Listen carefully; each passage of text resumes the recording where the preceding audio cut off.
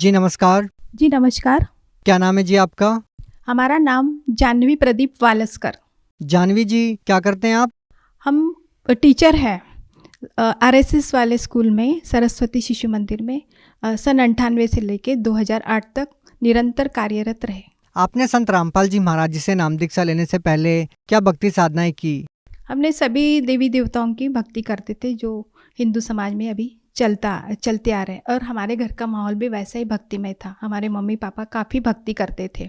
बचपन से ही हम पापा हमारे राम राम राम राम लिखवा के लोई में आटे की लोई में गोलियां बना के मछली को खिलाने के लिए कहते थे। हम चारों बहन भाई ऐसे ही करते थे, और मम्मी जितने भी व्रत करती थी हम मम्मी के साथ साथ व्रत करते थे। विशेष तौर से गणपति और भोलेनाथ जी की व्रत करते थे, और संकट चतुर्थी भी मम्मी के साथ करते थे।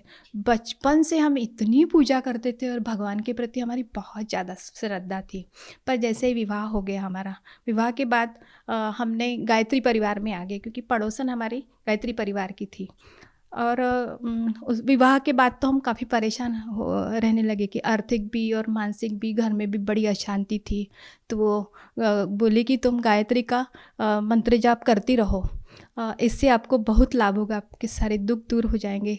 तो हम उसके साथ गए और नाम दीक्षा ले ली गायत्री की, और तब से हम गायत्री की इतनी तन मन धन से व्रत करते थे, पूजा करते थे, नवरात्रि के व्रत करते थे।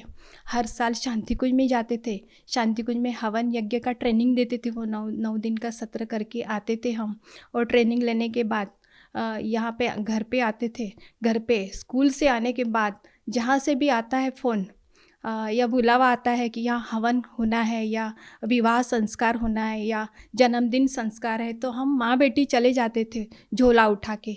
बेटी डफली उठा लेती थी, वो भजन पूजन करती थी, और 3 घंटे लगते थे हवन यज्ञ में। हम पूरा करते थे, ना भूख ना प्यास, कुछ भी नहीं, इतना हम समर्पित थे। फिर भी दुखों का, संकट का कोई निवारण ही नहीं होता था। एक संकट गया कि दूसरा आता था, दूसरा गया कि तीसरा आता था। हम इतने थक गए थे, इतने थक गए थे, इतने रोते थे, हे गायत्री माता ये कब संकट निवारण होंगे, और कितने देना है तो इकट्ठा दे दो, पर ये ख़त्म हो जाए।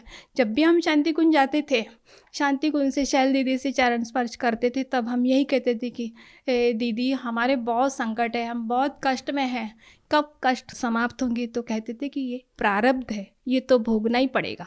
बहन जी, हमें आप एक बात बताइए, आपने गायत्री परिवार में रह के कितने साल तक साधनाएं की? 26 साल हमने भक्ति साधना की है।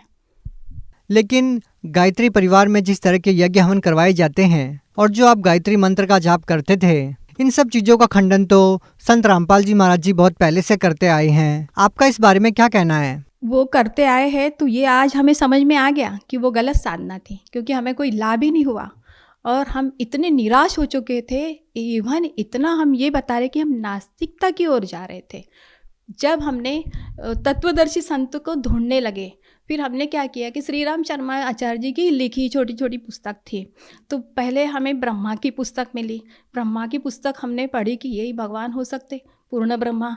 तो पुस्तक पढ़ी तो उसने पुस्तक में लिखा था कि वो अपने बेटी पे ही बुरी नज़र डालता है और उसका शील हरण करता है। हमने कहा नहीं, ये भगवान नहीं हो सकता है।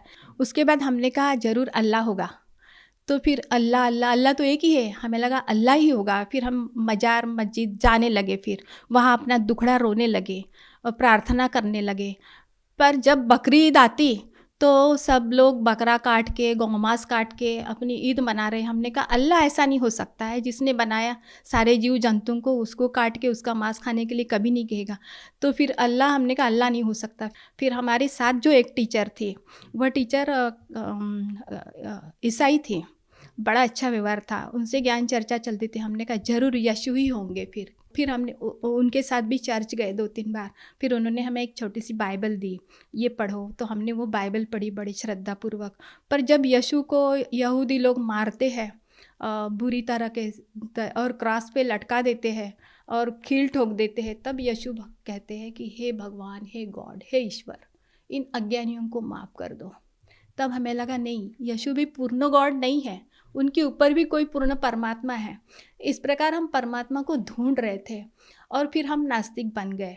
जानवी जी, आपने अपना पूरा जीवन भगवान की खोज में बिता दिया, जिसमें आपने चारों धर्म में से किसी को नहीं छोड़ा। प्रत्येक धर्म के ग्रंथों को पढ़ते हुए आपने भगवान प्राप्ति की खोज जारी रखी।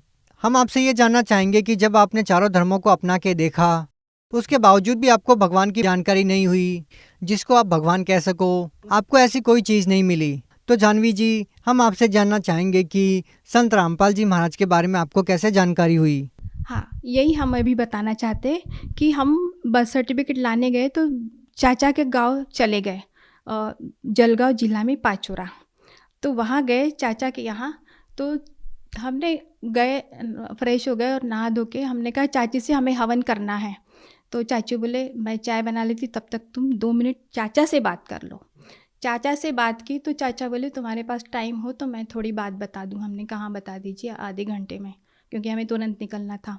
तो चाचा ने हमें बताया कि देखो हमारे साथ बहुत धोखा हो गया है। हमने कहा कैसा धोखा?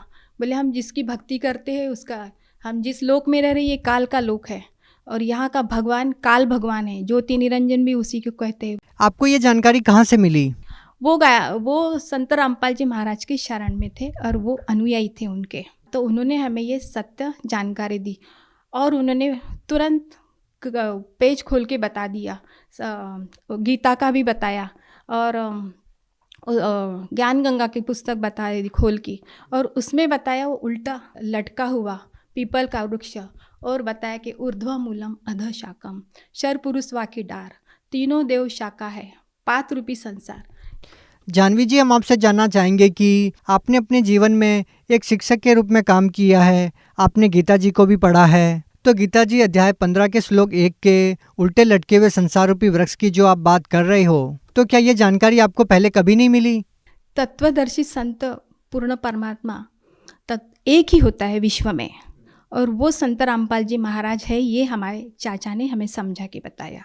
वो उल्टा वृक्ष पीपल का संसार रूपी वृक्ष जो समझाएगा वो तत्वदर्शी संत, तो वो वहीं से हमें मिला। जब चाचा ने ये बात बताई कि ये शरपुरुष की पत्नी दुर्गा है, इनके तीनों पुत्र है, यही गुण है, रजोगुणी रूपी ब्रह्मा, सतोगुणी विष्णु और तमोगुणी शिव, और हम उल्टी पूजा कर रहे हैं, पात रूपी संसार, हम इनके पूजा कर रहे हैं, तो ये हमें फल कहाँ से देंगे? अपने को राइट पूजा करनी है। उन्होंने पेज राइट कर दिया। जड़ की पूजा करनी है, भक्ति रूपी जल हमें जड़ में डालना है, पूर्ण परमात्मा कबीर है, उन्होंने बताया और हम ध्यान से सुन रहे हैं।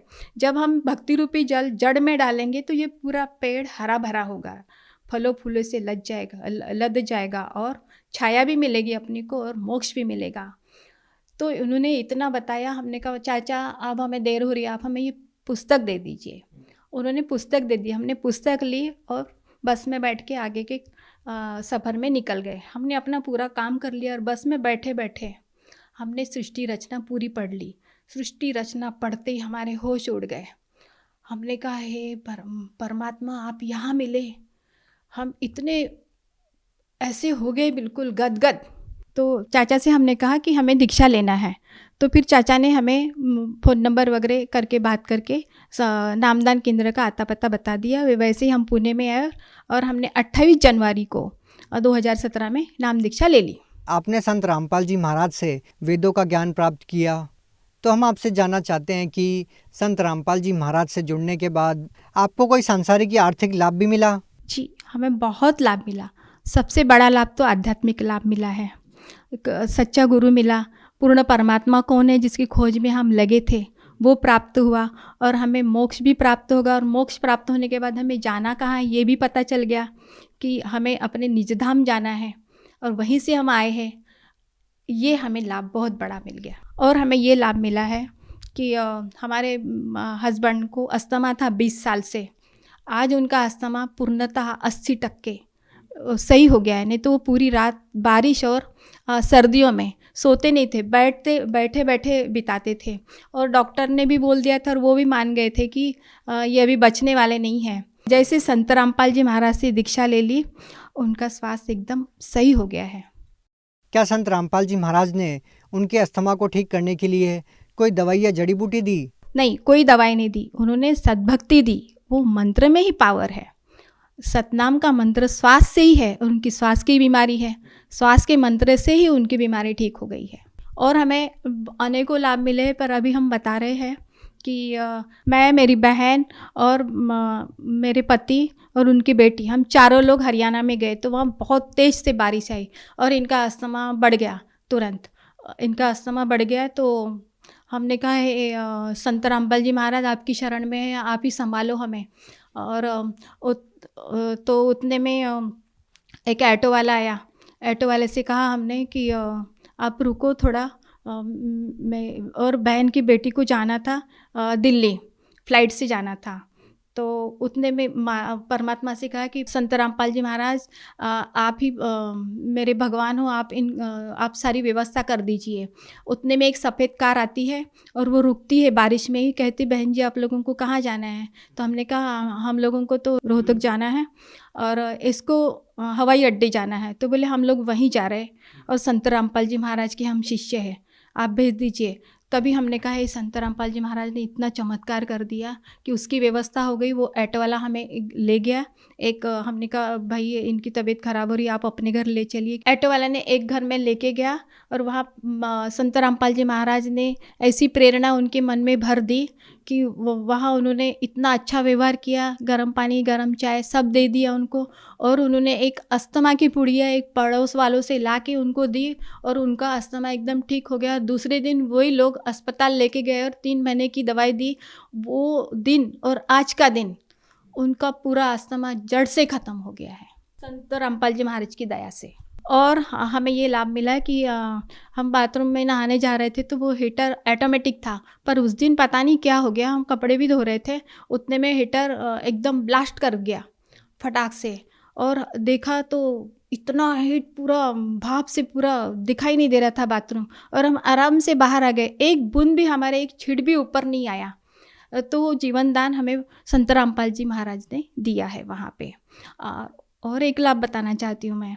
हम दोनों लोग डबल सीट जा रहे थे बाइक से, और एक पीछे से एक दूसरी बाइक आती है डबल सीट, वो हमारी गाड़ी को ठोक देती है और हम लोग वहीं पे गिर जाते हैं। पर संत रामपाल जी महाराज की दया से उसी समय सिग्नल गिर जाता है और पीछे की गाड़ियाँ पीछे ही रुक जाती है और हम लोग आराम से उठते हैं। लोग भी हेल्प करते हैं, पर हमें एक भी खरोच नहीं आया। वो भी पूछते हैं कि तुम्हें कुछ लगा, तो उनको भी नहीं लगा और हमें भी नहीं लगा। वहाँ पे भी संत रामपाल जी महाराज ने जीवन दान दे दिया है। आप भगत समाज को क्या संदेश देना चाहते हैं? भगत समाज को मैं संदेश तो नहीं दूंगी, संदेश परमात्मा देते हैं, पर मैं यही बताना चाहती हूँ कि सद्भक्ति करिए। पूर्ण परमात्मा धरती पर आए हैं, संत रामपाल जी महाराज ही पूर्ण परमात्मा कबीर है। हम लोग बोलते हैं गुरुर् ब्रह्मा गुरुर् विष्णु गुरुर्देव महेश्वरा, गुरु साक्षात परब्रह्म तस्मै श्री गुरुवे नमः। साक्षात गुरु परमात्मा हरियाणा में आए हैं संत रामपाल जी महाराज के रूप में। आप निरंतर 1 महीना तक सत्संग देखिए, किसी भी चैनल पे देखिए, कई चैनलों पे आता है और नीचे में एक पट्टी चलती है, व्हाट्सएप नंबर उसमें दिया है। आप व्हाट्सएप करके निःशुल्क पुस्तक ज्ञान गंगा और जीने की राह, एक कोई भी पुस्तक आप मंगवा लीजिए, पूरा ज्ञान समझ लीजिए और पूर्ण परमात्मा की शरण में जाके अपना पूर्ण मोक्ष करवा लीजिए। क्योंकि 84 लाख योनि के बाद ये मनुष्य जन्म सिर्फ मोक्ष के लिए मिलता है। बहुत बहुत धन्यवाद। धन्यवाद।